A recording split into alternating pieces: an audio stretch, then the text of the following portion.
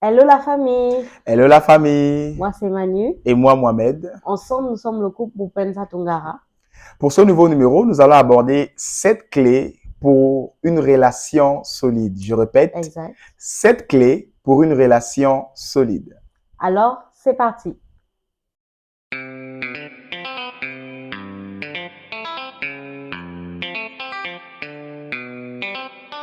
Le premier point que nous allons aborder, c'est la communication ouverte. Qu'est-ce que tu peux nous dire là-dessus? La communication ouverte. Déjà, la communication est un point essentiel dans une relation. Oui, Il est important de communiquer et surtout ouvertement. On rencontre des couples qui communiquent, mais pas ouvertement, pas dans la vérité, qui cachent certaines choses. Or, il faut avoir cette capacité de se dire réellement les choses. oui. Lorsqu'on est énervé, lorsqu'on est frustré, lorsqu'on n'est pas d'accord, de parler, de s'asseoir et d'en discuter. Exactement, c'est ça dans une relation, particulièrement pour nous, ce qui nous aide beaucoup à surmonter les hauts et les bas, c'est la communication. De dire réellement ce qu'on pense de l'autre, ce qu'on pense de la situation, Ouais. de cette circonstance qui vient d'arriver et de partager ça avec son partenaire. Alors oui, certes, ça peut blesser. Une Ça peut être difficile, communication, ouais, mais c'est essentiel. c'est très important de communiquer. La communication, c'est la base dans une relation. Exactement. D'où c'est le premier point que nous abordons et nous vous exhortons à beaucoup communiquer dans vos relations, relations familiales, relations amoureuses, relations professionnelles. La communication est très importante afin de savoir ce que l'autre pense en face. Tu sais, souvent en relation, on a l'impression que, surtout chez vous les femmes, que l'homme doit deviner, il doit savoir que là je suis pas fâché, là je suis fâché, là je suis triste. Il doit savoir, il doit connaître mes goûts. Mais pour connaître tes goûts, il te faut absolument communiquer. Et c'est un problème assez fréquent, surtout chez les femmes, qui ont tout un monde au-dedans d'elles et qui ne s'ouvrent pas afin de dire réellement ce qu'elles pensent et ce qu'elles ont au fond d'elles. Exactement. Le deuxième point que nous allons aborder, c'est la confiance. La confiance, c'est un point très indispensable dans une relation. Des fois, on peut avoir des différences, mais faire confiance à ton partenaire en face. Le monde a évolué. Aujourd'hui, nous trouvons des relations un peu toxiques où l'homme passe tout son temps à fouiller le téléphone de la femme et vice-versa. La femme aussi de même. Elle passe toute la nuit lorsque le mari dort à fouiller son téléphone. Je crois que la confiance n'exclut pas le contrôle, mais un contrôle excessif annule la confiance. C'est vrai. Alors, c'est très important de fois tuer les soupçons. La Bible dit, l'amour ne soupçonne pas le mal. D'accord? Donc, c'est très important de fois de faire confiance entièrement son partenaire, de vraiment croire qu'il ne va pas te vendre pour avoir de l'argent. Il ne va pas prendre ce qui est à toi et le divulguer à l'extérieur. Donc, la confiance, c'est la base dans une relation. Et je rajouterais même aussi que la communication fait naître la confiance. Yes. Lorsque vous communiquez beaucoup, automatiquement, il y a une confiance qui va venir s'installer dans la relation. Et c'est important d'avoir aussi confiance en soi et d'avoir confiance en l'autre. Comme on l'a dit dans notre dernier numéro, cette chose qui tue une relation, le manque de confiance est vraiment un problème dans une relation. Ça tue la relation à petit feu. Vraiment, vraiment, ça peut être très épuisant. Et surtout pour les hommes, surtout pour cette affaire de fouiller le téléphone, de contrôler ses sorties, de contrôler ses entrées. Tu es parti où? Tu reviens où? Ça peut faire fuir quelqu'un. Oui. Vraiment, je parle à des femmes, je parle à des jeunes filles. Je le dis parce que moi-même, je suis passée par là, à avoir presque un amour toxique, à tout le temps chercher à savoir. Mais tout ça, vraiment, ça nous détruit nous-mêmes. Et ça tue l'amour. Ça tue la relation. Donc, si toi, tu étais là-dedans, sors de là et commence à avoir une relation de confiance avec ton partenaire. Voilà. Parfaitement. Le troisième point, c'est tout simplement le respect mutuel. Dans la relation, c'est important de respecter le choix de ta compagne, de respecter le choix de ta fiancée ou de ton époux. Vous pouvez avoir des choix différents. Voilà pourquoi tu n'es pas en couple avec toi-même. C'est ce qui prouve que tu es en couple avec une autre personne en face, qui peut de fois ne pas aimer le bleu que tu aimes, qui peut de fois aimer la coiffure que toi tu aimes. D'où c'est important d'avoir cette liberté et, et ce respect mutuel. Où c'est important d'avoir ce respect mutuel des choix, des différences et des décisions de tout un chacun dans la relation. Ce qui démontre la grandeur et la maturité d'une relation, c'est le respect que vous vous portez. Yes. Où on commence à se dire, ah oui, ça, c'est un couple de grands, c'est un couple sérieux, c'est un couple qui va aller loin. C'est lorsque vous commencez à vous respecter. Il faut respecter le non de ton partenaire. Il faut respecter le oui de ta partenaire. Il faut respecter les valeurs de ta partenaire. Il faut respecter les opinions de ta partenaire ou de ton partenaire. C'est très important. Et moi, j'aime beaucoup le respect dans la relation. J'apprécie beaucoup cela parce que de nos jours, et surtout dans les relations des jeunes et même des personnes âgées, on se rend compte que le couple ne se respecte pas. Oui, surtout lorsqu'on va dans le domaine des hommes et plus précisément en Afrique, c'est moi l'homme, l'homme domine la femme, l'homme est le chef de la femme. Je crois à toutes ces choses parce que je suis pasteur et je prêche ces valeurs, mais je pense que c'est important de respecter la décision de la femme. La Bible dit que celui qui a trouvé une femme a trouvé le bonheur. Cela veut dire que quelque part, il y a des choix à respecter et que même si tu ne les comprends pas, des décisions, des valeurs et même des sentiments à respecter en face.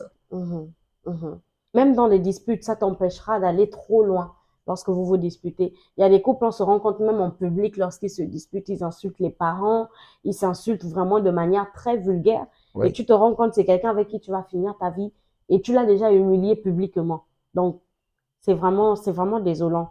Vraiment, placez le respect dans votre relation, peu importe l'âge et la durée que vous avez. Apprenez à respecter les relations et à vous respecter. Parfaitement. Le quatrième point, c'est le fait de passer un temps de qualité avec son partenaire. Le fait de passer un temps de qualité, ça renforce et ça solidifie la relation. J'ai dit un temps, mais je précise de qualité. Tu peux être à table alors que vous êtes en train de manger. Tu as ton smartphone à côté, tu es en train de suivre un short, une vidéo à côté. Pour toi, surtout pour nous les hommes, on est en train de se dire, bon, nous sommes en train de passer du temps en famille ou du temps avec notre épouse, mais en réalité, ce n'est pas cela. On parle ici d'un temps de qualité où tu fais abstraction de tout ce que tu fais, de tout ce que tu penses et tu te concentres sur la personne qui est en face de toi. Tu te concentres sur ton épouse ou sur ton époux.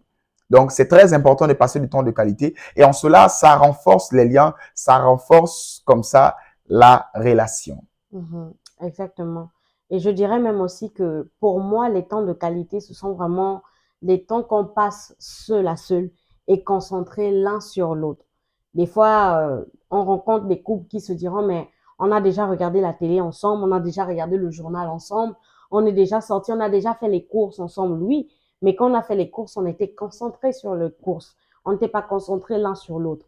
Je vous donnerai cet exemple dans notre relation. Oui. Des fois, ça nous arrive de passer toute une journée ensemble sans passer des temps de qualité ensemble. C'est vrai. C'est-à-dire qu'on est vraiment occupé sur le travail, les courses, les charges, sur beaucoup de choses. Les enfants, le ministère, voilà, l'entreprise. Et on ne passe pas assez de temps de qualité ensemble. Ensuite, lorsque la nuit vient, on a couché les enfants, on a fini de faire tout ce qu'on a à faire. On prend notre bain, on se retrouve dans notre chambre, on reste assis et on peut prendre 3 heures de temps. À parler. À parler simplement. À parler. À discuter. À rigoler, voilà, à blaguer, à raconter, à passer un temps de qualité ensemble. Et ça nous fait énormément de bien. Donc, je le dis à un homme, je le dis à une femme. Si tu vois souvent que ta partenaire est aigrie, parce que ça rend l'autre aigri. Lorsque tu ne consacres pas assez de temps dans l'autre, tu ne consacres pas assez de temps de qualité dans la relation. Le cinquième point ici, c'est le soutien émotionnel. Lorsqu'on parle du soutien émotionnel, c'est tout simplement le fait de soutenir son partenaire dans des moments difficiles. Elle peut fauter, elle peut avoir des faiblesses ou des fautes, mais pas d'abord arriver et pointer du doigt, pas d'abord arriver et subitement poignarder, mais arriver, comprendre, caresser dans le sens du poil et relever cette dernière afin qu'elle ne puisse plus être abattue émotionnellement, triste émotionnellement ou encore en colère émotionnellement. Et c'est souvent dans ces moments-là où on réalise à quel point notre relation est forte. C'est souvent dans les moments difficiles, dans les moments où on se sent abattu et on a besoin de parler à quelqu'un, on a besoin d'une épaule. Et quand c'est ton partenaire ou ta partenaire qui est là, qui est cette épaule-là, ça ne peut qu'être un gain et ça ne peut que te faire plaisir. Donc, c'est n'est qu'un plus pour une relation d'être toujours là pour l'autre dans les moments de doute. Ça peut aussi être par rapport aux examens, par rapport au travail, par rapport à un poste, par rapport à quelque chose, par rapport à un projet. Il faut vraiment apprendre à être un soutien pour l'autre. Le sixième point, c'est faire des compromis Yes. dans la relation. Oui. Faire des compromis, c'est tout simplement faire des concessions dans la relation. C'est-à-dire, moi, je n'aime pas le bleu, mais ce matin, mon épouse aimerait que je puisse porter une chemise bleue. Et pour elle, je fais des concessions. Je n'aime pas aller à la plage, personnellement. Mais à cause d'elle et les enfants qui aiment aller à la plage, je suis obligé de me retrouver dans les eaux ou encore jouer au ballon à la plage pour les enfants. Un peu dans le cas avec mon épouse. Moi, j'aime faire du sport. On a un stade juste à côté de la maison. Et souvent, les soirs, je dis, bon, chérie, je veux qu'on aille, on laisse les smartphones à la maison, on se met en jogging et puis on part faire du sport. Bon, elle dit, oh chérie, non, c'est pour avoir mal au corps.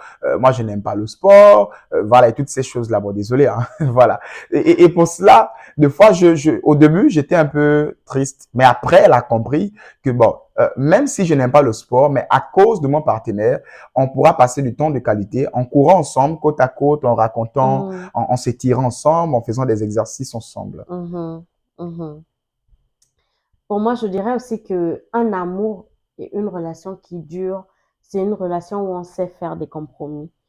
Qu'est-ce que la Bible va dire? La Bible va dire que l'homme et la femme doivent former une seule chair. Je vous assure que pour prendre deux éducations et former une seule personne de deux éducations, de deux mentalités, de deux comportements peut-être contraires, c'est pas facile. Donc, il faut que certaines choses, tu acceptes de les faire baisser pour le plus de ton partenaire et pour faire avancer votre relation. Et faire des compromis aussi, ça va dans les disputes. Voilà. Ça permet aussi de ne pas durer dans les disputes ou dans les colères, où des fois tu sais que tu as raison. Mais tu fais des compromis et tu dis, bon, j'accepte le tort, je te laisse avoir raison, je laisse l'autre avoir raison, juste pour qu'il y ait la paix. Et quand tout ira bien plus tard, tu diras, ah, bon, tu vois, la dernière fois, il y avait ça que j'aurais aimé te dire, mais vraiment parce que tout va bien. Et là, l'autre va comprendre et tu vas te rendre compte que c'était juste sur le tas de la colère. Voilà. D'où c'est vraiment important, les compromis dans une relation. Le septième point, c'est un peu compliqué pour nous les Africains et les Bantous, mais c'est l'affection physique. C'est beaucoup plus pratiqué chez les Européens, mais je pense que le monde est en train d'évoluer. C'est le fait de faire des câlins, de tenir ton partenaire, même en route, en marchant ensemble. C'est le fait de s'embrasser pour ceux qui sont mariés, pour ceux qui cheminent ensemble. Je vais dire à quelqu'un, peut-être tu peux penser que ça ne compte pas assez, mais je vais dire dans le contact physique, il y a un transfert qui est là. Dans le contact physique, pour les spirituels, ils le savent, il y a une communication qui est là. Et surtout lorsque les intentions sont bonnes et l'amour est dégagé envers une personne et que tu tiens cette dernière, je suis convaincu que dans ce point de contact, il y aura l'amour qui sera tout simplement communiqué. Exactement. Par affection physique, j'entends affection matérielle, affection palpable aussi. Oui. Voilà. On dit souvent que chacun a un langage personnel de l'amour. Oui. Pour certains, l'amour, ça peut être des câlins. Pour d'autres, l'amour, ça peut être des cadeaux. Pour d'autres, l'amour, ça peut être des gestes. Il faut vraiment essayer de comprendre déjà le langage de l'amour de son partenaire et aller dans ce sens-là, à nourrir ce langage-là afin de se comprendre. Ça peut aussi être la majorité du temps, quand quelqu'un t'aime, on veut beaucoup passer du temps ensemble, on veut se faire des câlins, on veut se serrer dans des bras, on veut avoir des gestes vraiment amoureux envers l'autre. Et il faut comprendre, et il faut se donner en fait librement. Voilà, soyons amoureux, soyons fous. Comme mon mari a l'habitude de dire, ce n'est pas payant, c'est gratuit. Donc, soyons amoureux, soyons fous. D'autres aussi, ça peut être des cadeaux. Voilà, faisons-nous plaisir. Comme je l'ai dit, un cadeau a de la valeur selon le sentiment qu'on l'apporte et pas selon la valeur de l'argent. Voilà, donc faisons-nous des cadeaux et tout. Mhm. Nous avons comme ça cité les 7 points qui rendent une relation solide. Mhm. J'aimerais dire à quelqu'un, en intégrant ces 7 éléments dans une relation, cela permet tout simplement à solidifier votre relation et à la perdurer. Mhm. J'espère que cette vidéo vous a plu et Mhm. vous avez été richement édifié. Mhm. Mais j'aimerais en 2-3 secondes faire une prière afin d'aider un couple, un homme ou une femme qui est sur le point de s'engager dans une relation.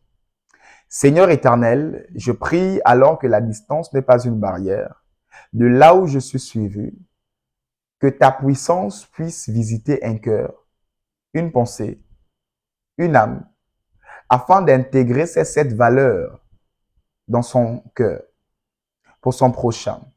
Nous croyons que nous ne naissons pas parfaits, mais dans le temps, on se perfectionne. Je prie que par ta grâce, Saint-Esprit, que tu puisses faire du bien à quelqu'un, que tu puisses restaurer une relation, que tu puisses restaurer un cœur brisé, une femme qui dit je n'ai pas ces valeurs, un homme qui dit j'ai besoin de ces 7 points. Que ta grâce les localise. C'est au nom suprême de Jésus-Christ de Nazareth que nous avons ainsi prié. Nous disons Amen. Amen. Alors, nous sommes arrivés au terme de cette vidéo. J'espère qu'elle vous a plu. J'espère que vous avez été richement bénis et que ces conseils vont énormément vous aider dans votre relation, dans votre quotidien et dans votre futur foyer, mariage ou relation. Alors, si tu as aimé cette vidéo, n'hésite pas à liker, à commenter, à partager et surtout dans les commentaires, dis-nous qu'est-ce que tu aimerais que l'on puisse développer la prochaine fois dans une prochaine vidéo. Qu'est-ce que tu as pensé de cette vidéo? Merci encore d'être arrivé jusqu'au terme. Bisous chez vous. Bonne soirée à tous. Paix et grâce, que Dieu vous bénisse. Ciao.